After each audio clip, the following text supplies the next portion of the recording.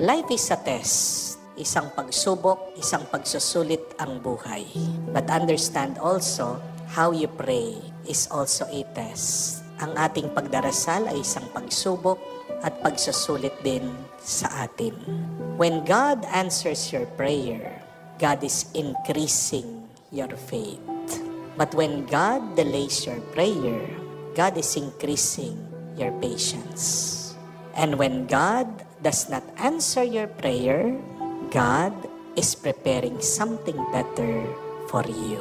Remember that, my dear friends. So don't stop praying. Persist. May your prayers be loud, sincere, and constant. See, the blind man in our gospel has a prayer to Jesus. He wants to see. Pero paano sinagot ng ating Panginoon? Bakit sinagot ni Jesus yung kanyang dasal?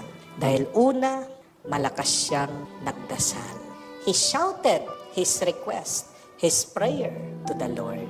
It is good when many people pray together. But sometimes, there comes a point in our life that we pray alone. Amen? That we are alone in asking and requesting God for our needs, for our wants.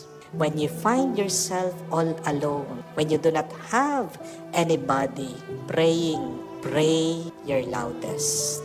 Do not be afraid to shout your prayer to God. Lakasan mo ang iyong pagdarasal. Allow your prayer to reach heaven. Guluhin mo ang langit. Hayaan mo na marinig ng Diyos ang iyong dinadasal. But secondly, may your prayer be sincere, galing sa puso. Yung sinisigaw nung bulag, yun talaga yung gustong-gusto niya. Of all of the things, he could ask Jesus. He could ask Jesus to prolong his life.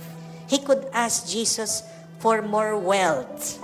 He could ask Jesus for a good life, for a mansion, for a big house, for a lot of food, for a lot of friends. He could ask Jesus to bring him close to his family.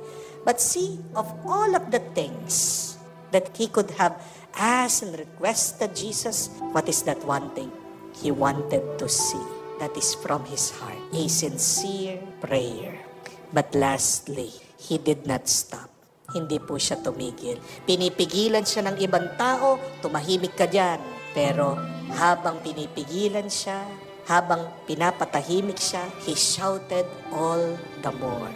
My dear friends, these are the 3 secrets so that your prayer can be answered. Do not stop, persist, say it aloud, say it clear.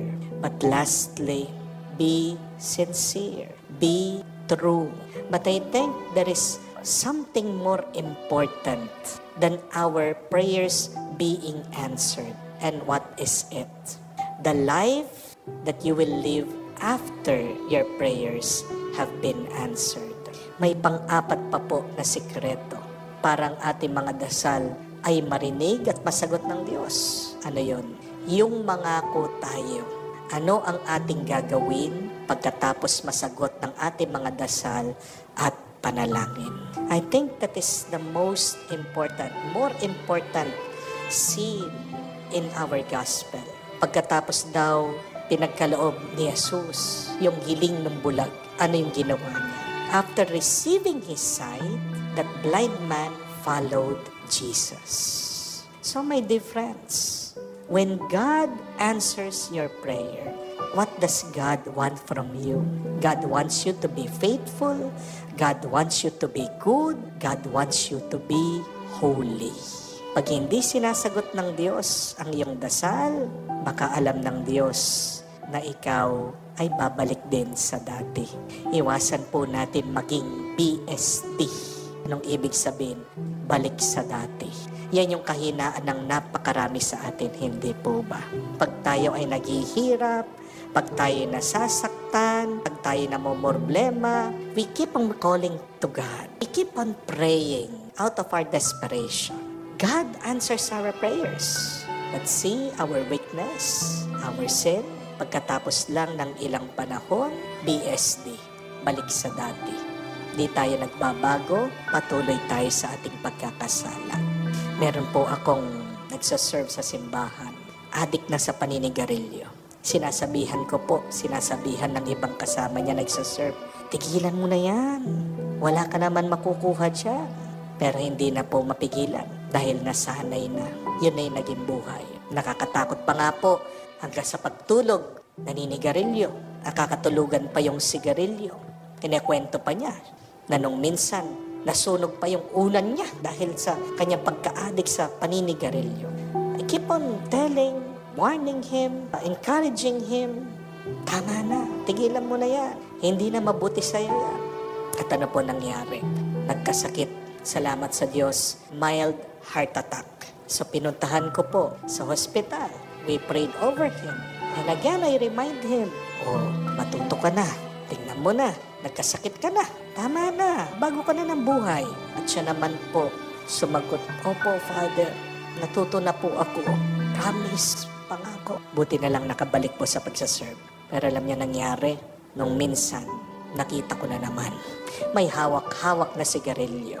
At nung nakita ako, nahiya, tinago yung sigarilyo. Si BSD. Ano mangyayari na naman kung hindi po magkakasakit? My dear friends, God answers our prayers. Why? Because He loves us.